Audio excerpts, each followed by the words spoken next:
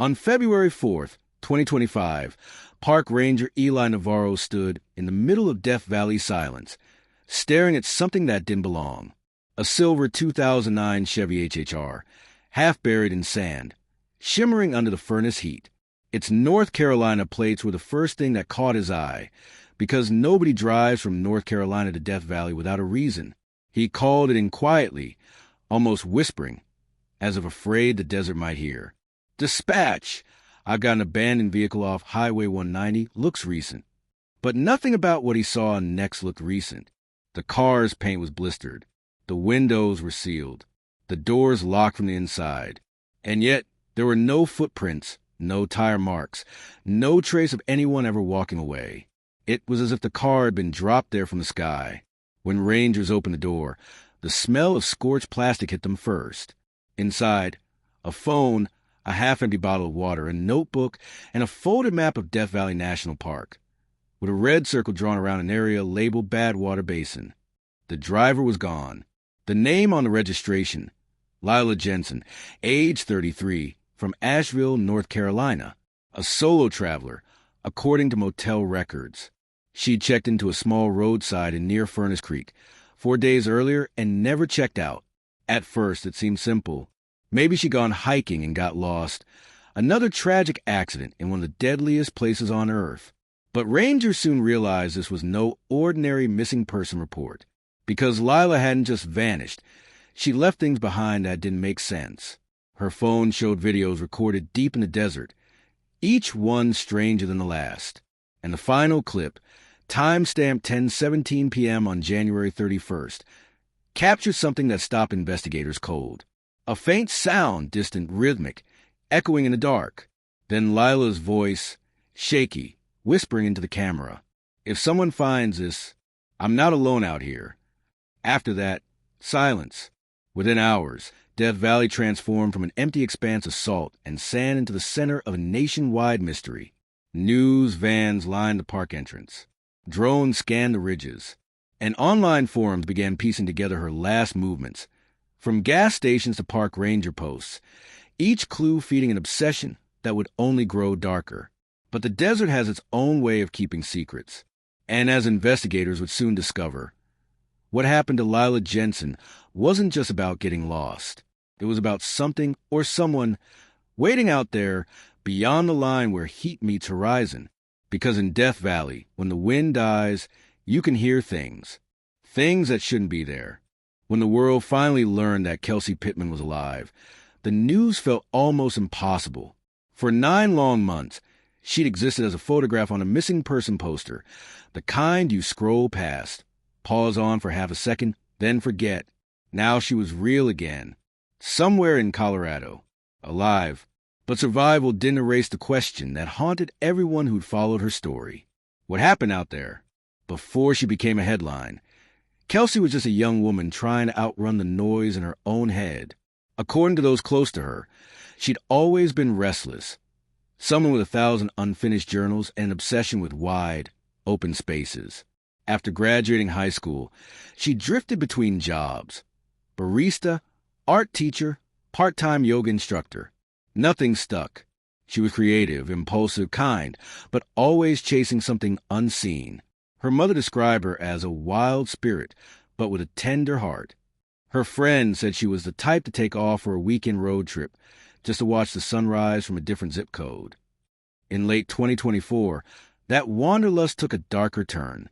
Reportedly, Kelsey told her mother she wanted to reset her life, to leave her phone behind, unplug, and see who she was without everything else. It didn't sound dangerous at the time, just another phase of reflection. Except this time, she didn't come back. Investigators later pieced together fragments of her final weeks before vanishing. According to law enforcement, Kelsey was last seen in Utah in November 2024. A highway patrol officer pulled her over near the Nevada border. She wasn't speeding. The stop was routine, but her car was full of camping gear, notebooks, and supplies. The officer reportedly described her as calm, polite, but distant. She told him she was headed west, though she didn't say where. That was the last verified sighting before her car appeared months later in the California desert. No one knows what happened between those two moments. No cameras, no witnesses, no transactions. Just a growing silence that stretched into winter. Her mother, Cheryl, said she didn't immediately panic. Kelsey had always been unpredictable. Days could pass without a text, sometimes even weeks. But by Christmas, something felt off. Cheryl began calling local hospitals, then sheriff's offices in Nevada and California. Each time, the answer was the same: no record of her. It wasn't until February 2025, when rangers ran the plates on the abandoned car, that Cheryl realized just how serious this was.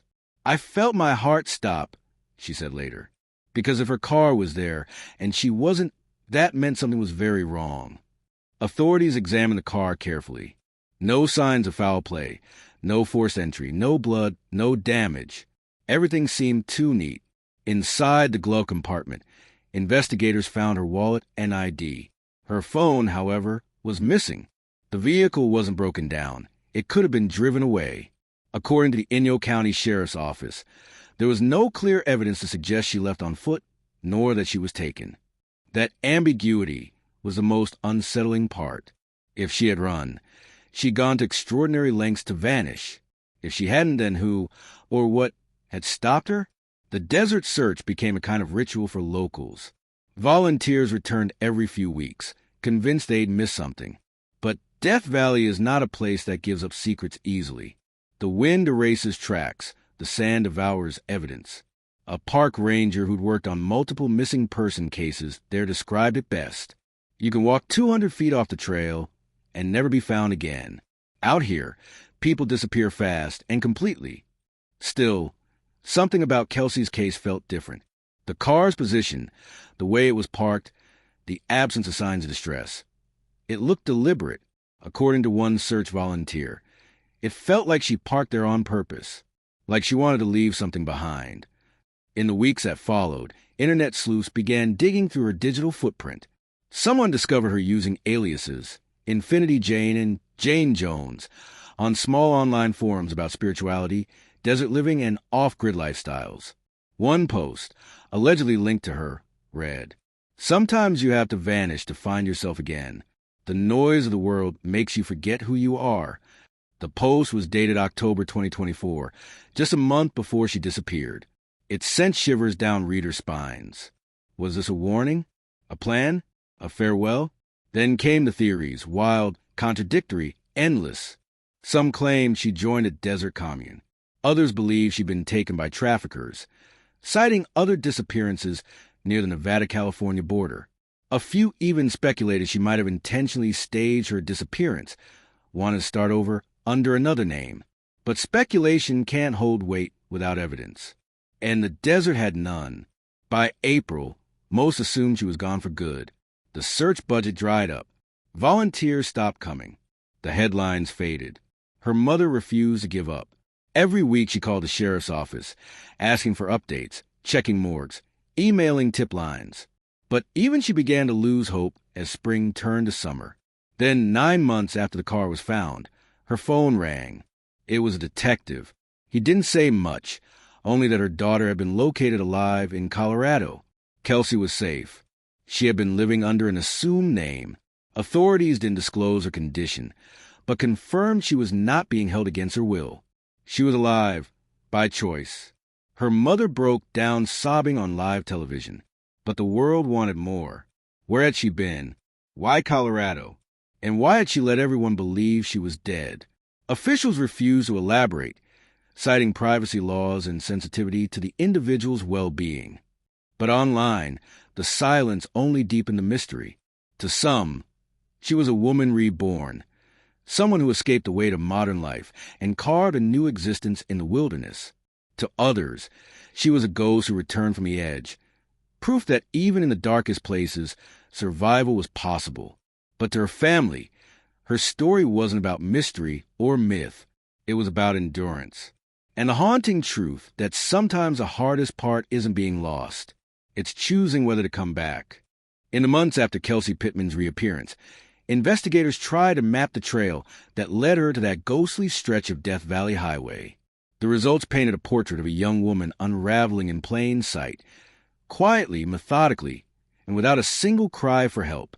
Reportedly, Kelsey left her home in Greensboro, North Carolina, sometime in early October 2024. She told her mother she wanted to see the country before winter. Her plan, if it could be called that, was loose, travel west, camp when she could, write, and take odd jobs. She'd been fascinated by the idea of isolation for months. To her friends, it sounded like a healing trip. To her mother, it sounded like escape. In the beginning, everything seemed fine. She sent postcards. "Arizona's sunsets look like spilled fire," she wrote on one.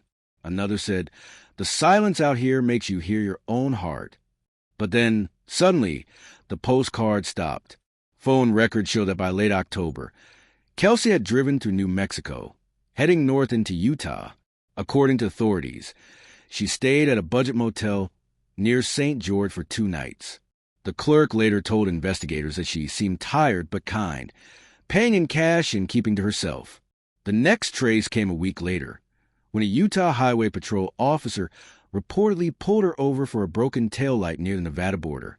His dash cam showed a calm, polite woman, not distressed, not erratic, not intoxicated. The officer let her go with a warning. That was the last confirmed moment of her existence before the desert swallowed her whole. When her car was discovered months later, investigators combed through its GPS system. The route history revealed a haunting pattern. Hundreds of miles driven in circles across the Mojave and Sierra regions. Gas receipts showed stops in Tonopah, Beatty, Pahrump, and finally a purchase near Furnace Creek, the gateway to Death Valley. Why she kept driving back and forth through that wasteland remains one of the great unanswered questions. Some say she was disoriented. Others think she was searching for something, or someone. Kelsey's mother, Cheryl, believes her daughter's mind was fraying long before she vanished. She'd allegedly been struggling with anxiety and depression for years, but refused medication. She always said the cure was sunlight and silence, Cheryl told one reporter. She wanted to disappear from everything toxic, technology, stress, people. Her journals, recovered from the car, seemed to echo that belief. One entry read, "The world is too loud. I just want to stand somewhere no one knows my name and feel small again." Another, dated late November 2024. "Infinity Jane feels closer every day. Jane Jones doesn't need saving." To investigators, those words hinted at a mind unmoored, someone shedding her old self, sentence by sentence. The trail grew colder the deeper they dug. Surveillance footage from small desert gas stations showed her face only twice, once in Beatty, Nevada, and again near Amargosa Valley. Each time she was alone. Her eyes looked distant, her smile polite but hollow. She paid cash. No one followed her. No one recognized her afterward.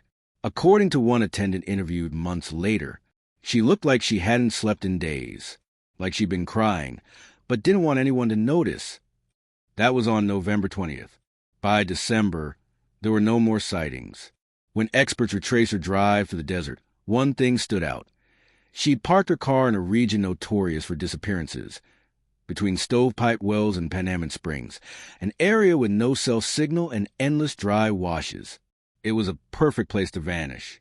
Authorities reportedly believed her car had been there for several weeks before it was found.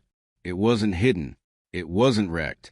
It was parked at an angle facing east toward sunrise. To some, that looked like symbolism. To others, it looked like surrender. And yet, one question gnawed at investigators. How did she get from there to Colorado? No footprints. No bus tickets. No signs of car theft. Theories emerged. Maybe she'd hitched a ride with passing travelers. Maybe she'd joined a nomadic group. Some speculated that she'd walked to a nearby road and accepted help from a stranger, someone who never came forward. One unverified tip claimed she'd been seen at a truck stop outside Las Vegas in January, using the name Jane. Another report placed her at a women's shelter in Arizona, though staff couldn't confirm it. None of these leads were ever verified. The trail simply vanished until July 2025. What's most haunting is how ordinary everything appeared leading up to the disappearance. No note, no message, no sign of fear or violence. just a gradual fading out of the world, like a candle burning to its end in silence. A private investigator later described her case as less a missing person story and more a psychological migration. She didn't just vanish. She erased herself. But why? Was she running from her pain? From people? From herself? Or had she simply reached a breaking point where silence seemed safer than being found? When she resurfaced alive in Colorado, those who'd searched for her said it felt surreal, like watching a ghost walk back into the light. She hadn't been kidnapped. She wasn't held captive. She was simply gone, choosing absence over answers. The investigators who'd spent months combing the desert admitted they may never understand her reasons. But the fact that she lived through it, that she survived Death Valley, the cold, the loneliness, gave the case a strange kind of beauty amid the tragedy. Because, in a way, it wasn't just about vanishing. It was about what happens when someone finally looks at the world and decides to step out of it. The car sat in the open like a confession, dust-coated, sun-baked, perfectly still. Inside, a crumpled blanket, a half-empty jug of water, and a journal resting on the passenger seat. It was as if she had just stepped out for air and never returned. When the California Park Rangers first found Kelsey Pittman's Honda Civic on a quiet February morning in 2025, it didn't look like a crime scene. It looked like time had simply stopped. The tires had deflated, sand had drifted into the floor mats, and the windshield had been etched by weeks of wind-blown grit. They called for backup, assuming at first it was another case of dehydration or exposure, the kind Death Valley sees every year. But as investigators combed the area, unease began to settle over them. There were no tracks, no animal disturbances, no belongings scattered or signs of panic. Just nothing. According to authorities, the car was discovered near Emigrant Canyon Road, about 12 miles off Highway 190, a stretch known for both its beauty and its silence. The keys were still in the ignition. Her phone was gone. Her wallet lay zipped neatly in the glove compartment. One ranger reportedly muttered, "This doesn't feel like someone lost. It feels like someone leaving." But leaving for where?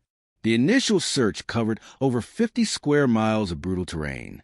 Temperatures swung from 80 degrees by day to below freezing at night. Searchers on foot, horseback, and helicopters swept the area, tracing dry creek beds, old mining paths, and creosote thickets. Nothing. No scent for the dogs. No fabric, no bones, no footprints. Kelsey had vanished into the kind of emptiness that makes even sound feel fragile. As word spread, online communities began connecting her case with the eerie history of Death Valley disappearances. Dozens of travelers have gone missing there over the years. Hikers, couples, families. Some are found months later, mummified by the heat. Others are never found at all. And then there are the stories, the stranger ones. Rangers whisper about the valley's hum, an unexplained low-frequency vibration that can make people nauseous or disoriented. Locals talk about mirages that aren't just visual, auditory echoes, phantom engines, voices carried on the wind. To the searchers who spent weeks looking for Kelsey, it began to feel like the desert itself was mocking them. Every lead turned to dust. Every trail ended where it began. Cheryl Pittman arrived at the search site 10 days after her daughter's car was found. Photos from that day show her standing beside the Honda, one hand pressed to the roof as if trying to absorb its warmth. It still smelled like her, she later told a reporter, her voice breaking, like sunscreen and coffee. She refused to believe Kelsey was gone. She was strong, Cheryl said. She could have survived. Maybe she found shelter. Maybe someone helped her. But beneath the hope, there was another, darker possibility no one wanted to say out loud. Maybe Kelsey had chosen not to be found. Investigators followed several faint leads. One hiker allegedly spotted a woman matching Kelsey's description near Penman Dunes, about 25 miles away, around the same time her car was abandoned. The witness said she was wearing a light windbreaker and carrying no visible gear. When asked if the woman seemed lost, he hesitated before replying. No, she seemed sure where she was going.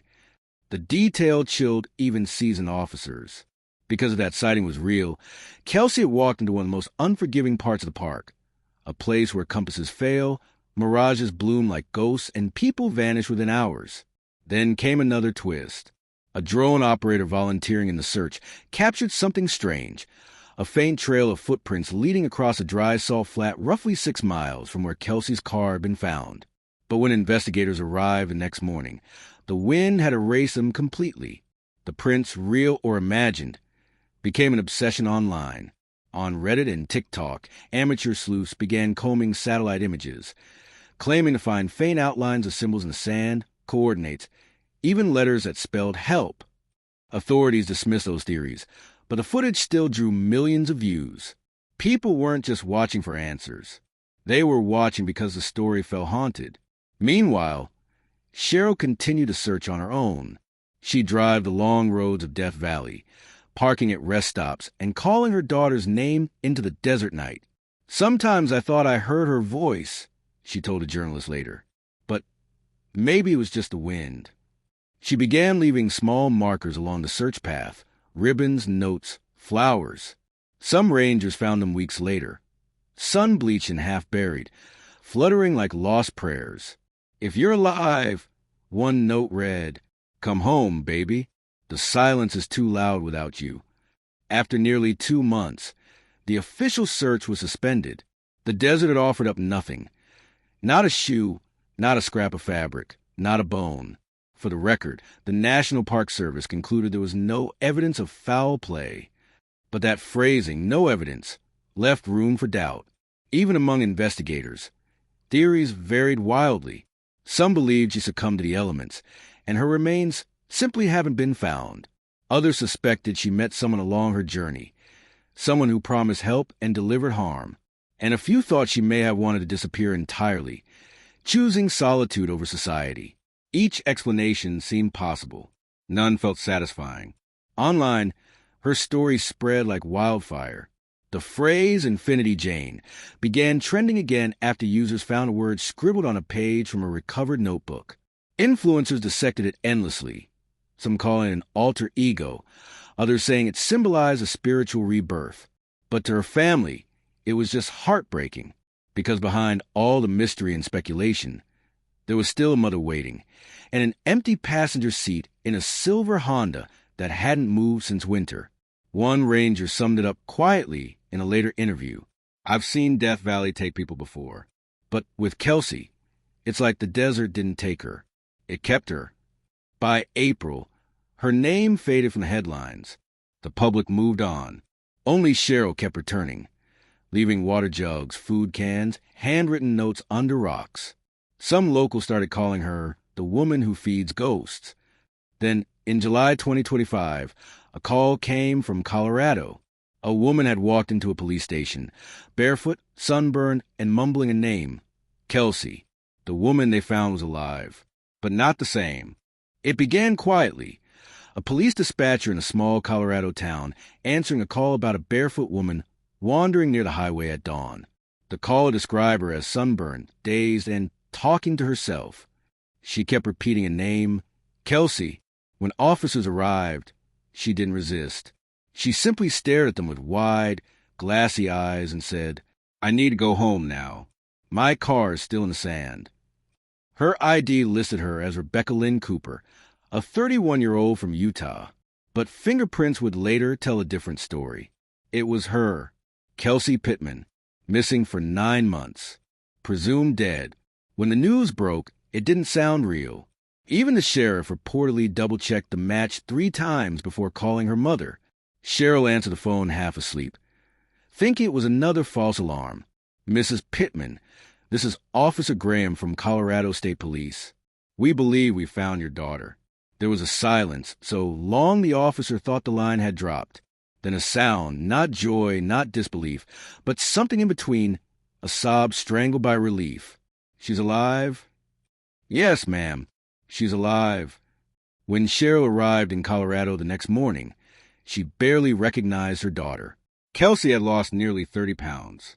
Her hair was hacked unevenly, her skin cracked from exposure. But what unsettled Cheryl most wasn't how she looked. It was how she behaved. Kelsey didn't seem surprised to see her. She simply smiled faintly and said, "Mom, you came back too."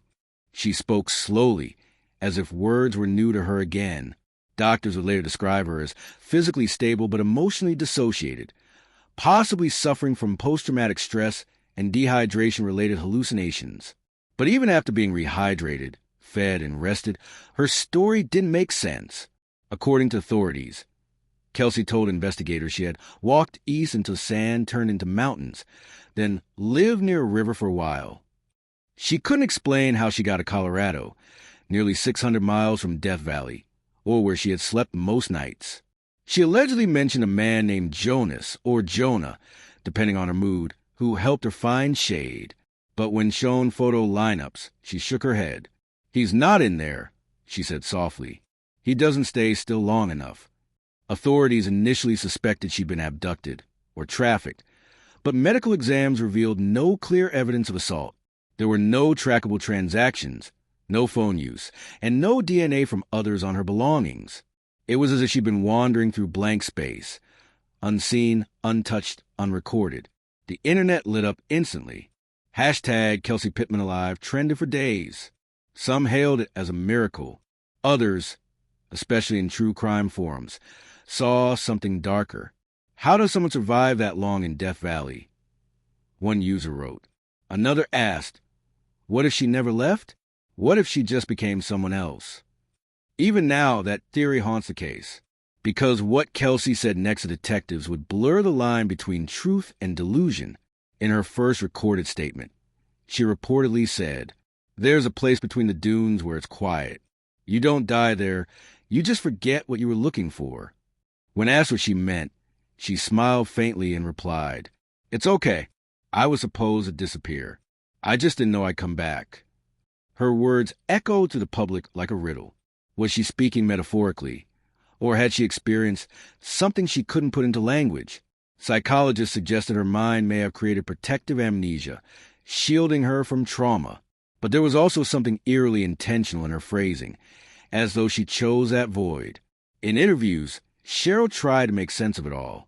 "She's not the same girl who left," she told reporters, voice trembling. "She used to love music, makeup, laughing with her friends. Now she just stares out the window." Neighbors described Kelsey as quiet, polite, but unnervingly detached. She'd spend hours outside barefoot, tracing circles in the dirt. When asked what she was doing, she allegedly said, "Keeping time from closing." Doctors said recovery would be long, both physically and psychologically. But Kelsey wasn't interested in therapy. When questioned, she insisted she remembered everything that mattered. She refused to discuss the months between her disappearance and rediscovery. And when asked directly why she left her car locked in Death Valley, she simply said, "Because I didn't need it where I was going." According to the sheriff's office, there were no outstanding charges. She hadn't committed a crime by vanishing. But her reappearance reopened more questions than it answered. Detectives revisited her car, hoping to find something they'd missed: a map, a note, coordinates. Instead, they discovered something stranger: a folded sheet of paper wedged beneath the passenger seat. It contained a list of dates and single words beside each. November 3rd, light. November 12th, echo. December 1st, still. December 28th, gone. The last entry, January 5th, begin.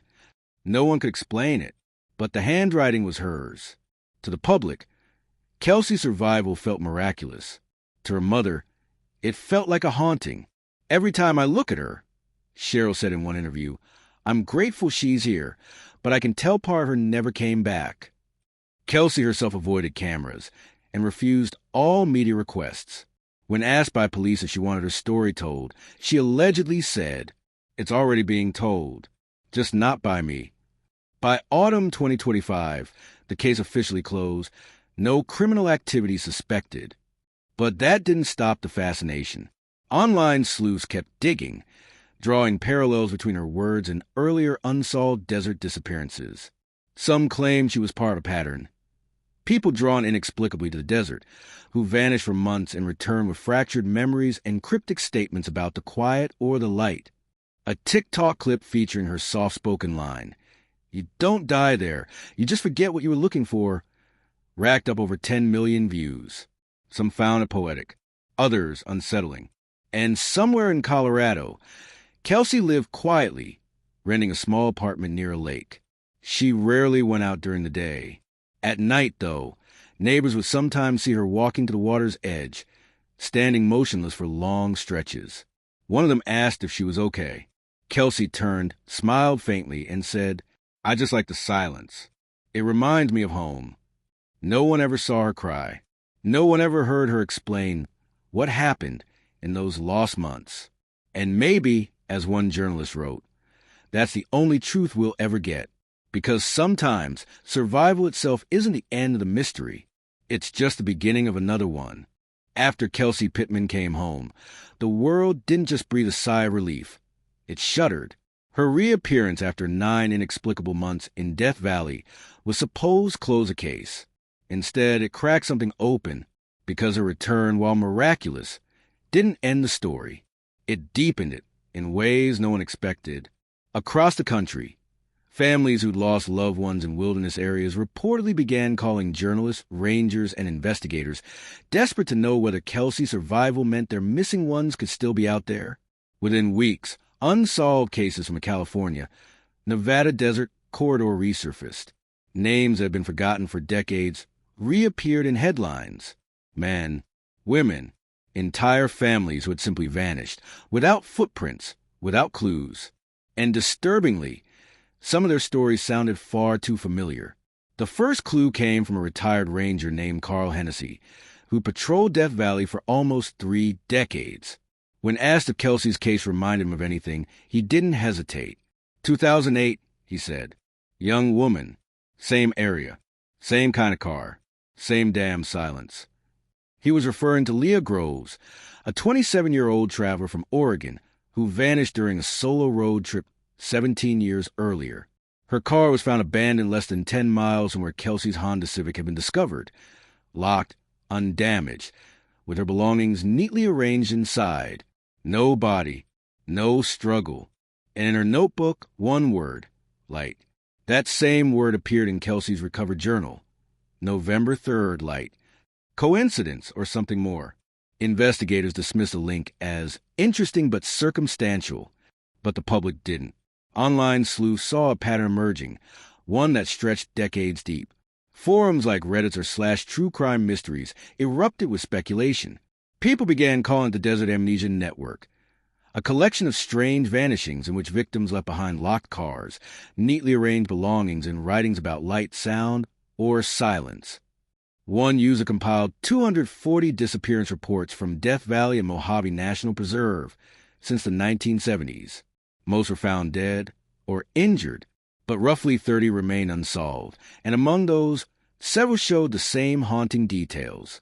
Cars locked from the outside, journals left open to cryptic words, no footprints leading away. For years, those details meant nothing. But after Kelsey came back, people began to wonder, had others also come back, only changed beyond recognition? While the public dissected data, Kelsey's mother, Cheryl, quietly battled something else. Kelsey wakes up at night, she told detectives, according to a police memo. She hears voices outside the window. They whisper her name. When asked what they said, Cheryl hesitated.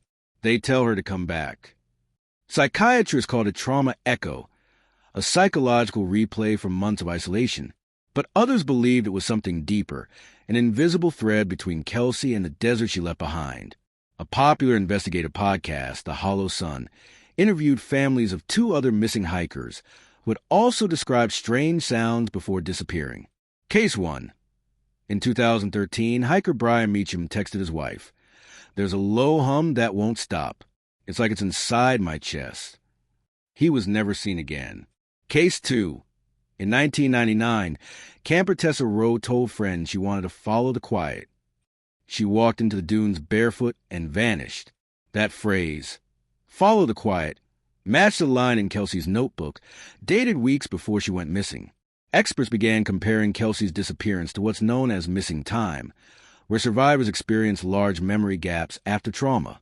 Usually it lasts days, sometimes weeks. But 9 months? Unheard of. One psychiatrist who reviewed her medical report anonymously told People.com, Her survival defies logic. Without food, water, or shelter for that long, it should have been impossible. Either someone helped her, or something else happened entirely. When asked to elaborate on something else, the doctor declined. Under public pressure, the U.S. Park Service quietly re-examined old files. Though no formal report was released, leaked summaries hinted at one unsettling pattern. Most of the unexplained disappearances occurred near abandoned mining tunnels. Death Valley is riddled with them, relics from the 1800s mining rush. Some stretch for miles, collapsing into hidden chambers and vents that breathe, pushing gusts of air through the desert. Locals say the tunnels whisper at night. Rangers say the sound is geological. And yet, some swore that Kelsey's hum could be heard near those same vents. When pressed by reporters, Kelsey released a short handwritten statement. Please don't make this into something it isn't. The desert doesn't take people. It just listens. To many, that sounded less like denial and more like a warning. Then, only a month after Kelsey's rescue, 2 travelers from Arizona vanished near Titus Canyon. Their rental SUV was found parked beside the road, doors locked, keys inside. On the dashboard, someone had traced a single word in the dust. Begin, the same word that appeared in the final entry of Kelsey's journal. Coincidence? Copycat? Or something else moving beneath the surface of the desert? The story spiraled. Social media users flooded Death Valley in droves, hoping to feel the silence themselves. Reporters returned. Drones and searchlights filled the night. Rangers said the land seemed to push back. A sudden sandstorm swept through a search site and vanished just as quickly. Some called it a freak of nature. Others called it the desert's warning. As media attention grew, Cheryl noticed changes in her daughter. Kelsey unplugged her phone, covered mirrors, closed curtains. When asked why, she whispered, "It's louder now. The valley found me again." Neighbors claimed to see her standing barefoot outside during a storm, murmuring into the wind. One said they heard her say, "They don't stop calling once you've heard them." By late 2025, the FBI quietly joined the review, not to prosecute, but to analyze patterns. Unofficially, agents began referring to what they were seeing as echo syndrome, a psychological contagion linked to exposure to isolation, sound distortion, and desert acoustics. But not everyone agreed it was psychological, because as that year ended, new hikers began reporting the same low hum, miles apart, days apart, always near the dunes. And the few who returned all said the same thing. It wasn't coming from below. It was coming from inside us. By the 9th month of searching, even the desert seemed to grow tired of questions. Helicopters no longer thundered above the salt flats every dawn. Reporters had gone home. The makeshift command post near Furnace Creek sat half-collapsed under wind-blown sand, its bulletin boards fading in the heat. All that remained was a family's stubborn refusal to accept the word lost.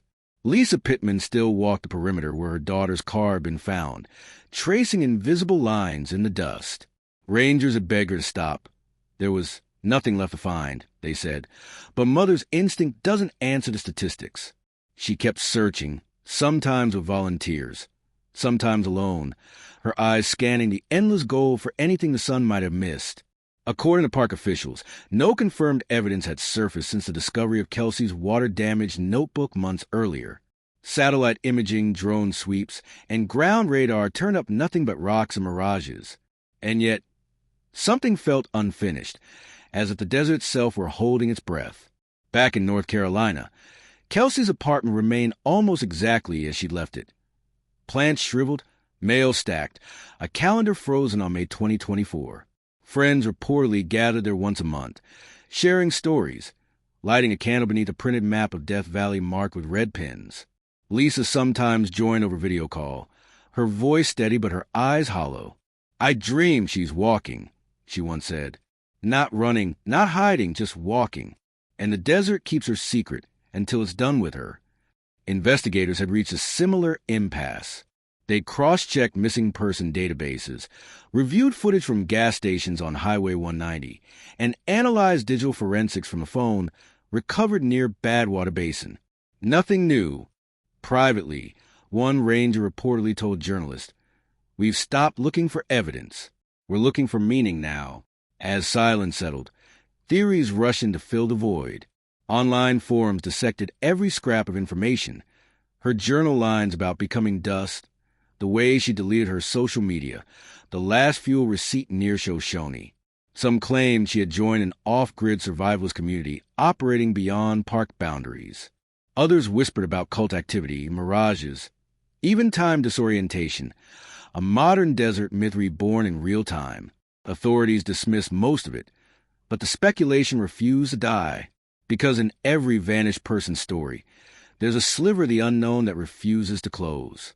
Then, in mid-March 2025, a volunteer geologist mapping erosion patterns reportedly spotted a glint of metal about 2 miles from the known search radius. At first, he thought it was debris, but when rangers arrived, they uncovered the twisted frame of a reflective emergency blanket, half-buried, sun-bleached. Beside it, a plastic bottle containing a slip of paper. The writing was faint but legible. "If you find this, tell Mom I made peace with the sun." Experts later confirmed the handwriting closely resembled Kelsey Pittman's. That note reignited everything. Teams mobilized once more. Helicopters returned. The Pittmans flew back to California. For the first time in months, the name Kelsey echoed again through canyons. According to search logs, trackers soon located traces of a primitive camp. Charred stones, scattered food wrappers, a single boot print preserved in dry clay. It suggested she had survived far longer than anyone had believed, possibly living off condensation and cactus pulp through the blistering months. But then the trail ended as if erased. Wind does that in Death Valley. It writes and rewrites stories by the hour. Lisa stood at the site, clutching her daughter's photo. "She was here," she said quietly, "and the desert still remembers her." The ranger beside her reportedly replied, "The desert remembers everyone. It just doesn't return them all." As days stretched on without new findings, volunteers began to unravel under the same psychological strain that once tested Kelsey. Heat exhaustion blurred time. Mirages shimmered like ghosts at the horizon. One searcher allegedly swore he heard a woman humming somewhere beyond the dunes, a soft, wavering tune that faded when he called out. Whether imagination or echo, it haunted him for weeks. Meanwhile, journalists reignited national coverage. The desert keeps its secrets. Whereas Kelsey Pittman? The story became less about a disappearance and more about endurance. Of one woman, one mother, one place that refused to yield answers. Late April brought the first real break. Thermal imaging picked up an anomaly near the mouth of a canyon seldom explored due to unstable terrain. A rescue crew descended at dawn. What they found wasn't a body, nor a miracle, but proof of life, etched into a rock face in charcoal with the words, "Still here, still listening." Below them lay an empty canteen dated weeks earlier. According to park officials, the markings appeared recent, possibly within the past month, suggesting that Kelsey had survived deep into 2025 before moving on again, destination unknown. The discovery forced authorities to reclassify the case from presumed deceased to status unknown. Lisa wept when she saw the photos. "If she's still listening," she said, "then so am I." In the month that followed, speculation swelled once more. Some believed she had found sanctuary with desert hermits scattered through the Panamint Hills. Others theorized she'd finally crossed into Nevada's uninhabited zones, blending into the land she once feared.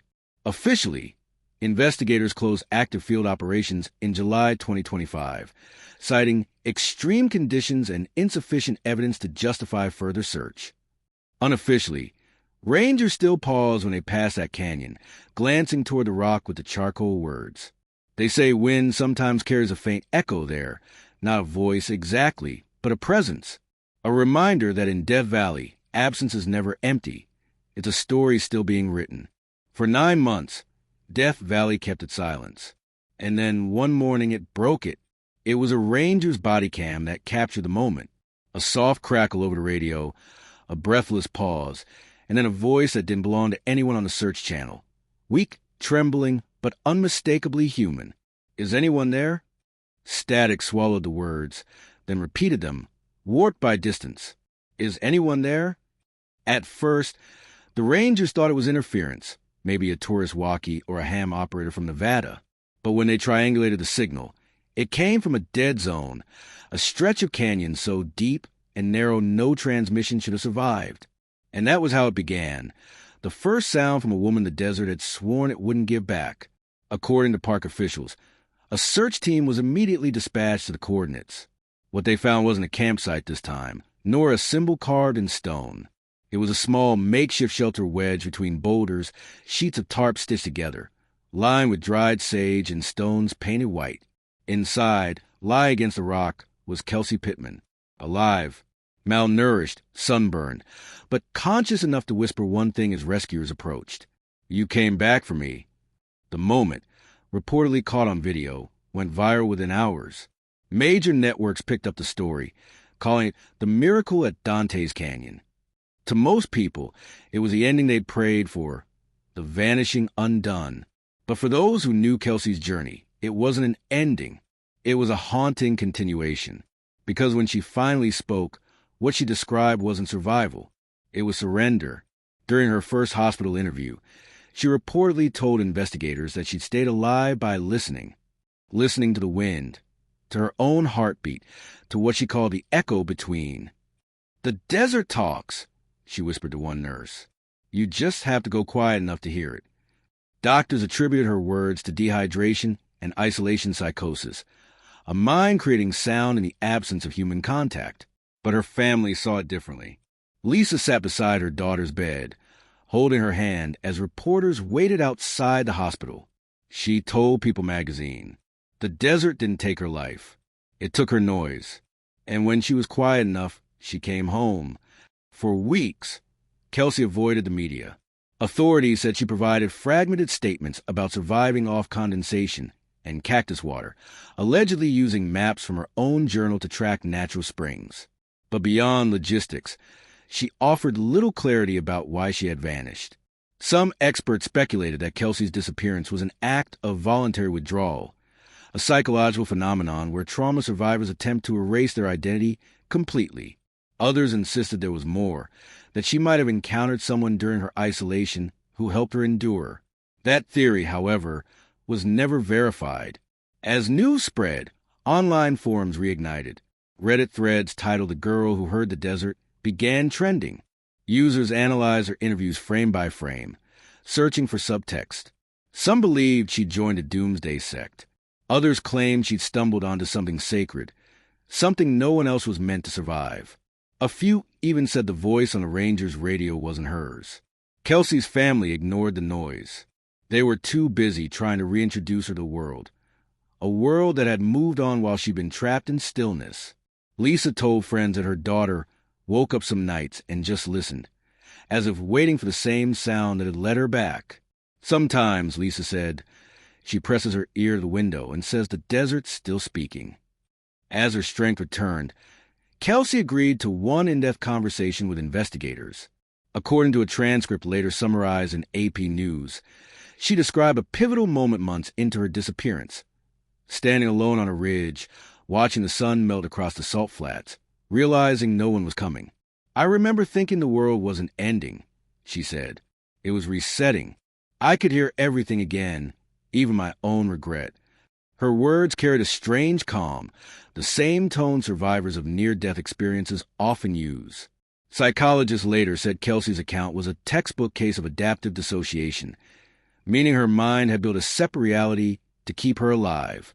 But there were details that didn't fit the diagnosis, like how she claimed she heard footsteps that weren't mine some nights, or that she found fresh fruit near her camp in November, something impossible in Death Valley without human presence. Investigators reportedly searched the area again, but found nothing. Months later, back in North Carolina, Kelsey began painting again, a hobby she'd abandoned before her trip. Every canvas shared the same recurring motif.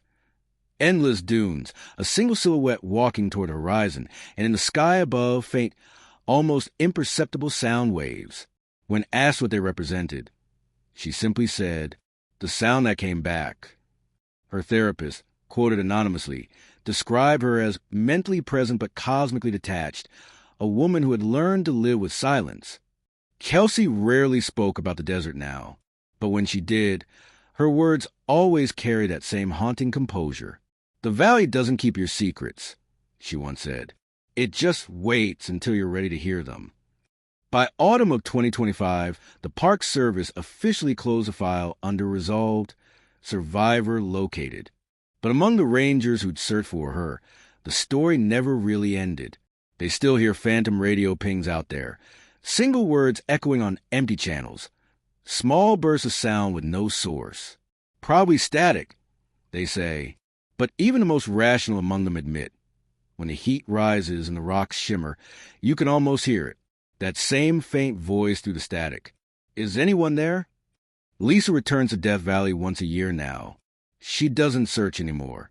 She just sits by the salt flats, waiting for sunrise, the same way her daughter once did. Sometimes she swears she can hear the air vibrate. Not a ghost, not a hallucination, but the sound that came back. And for her, that sound means only one thing. That silence, no matter how vast, can still be broken.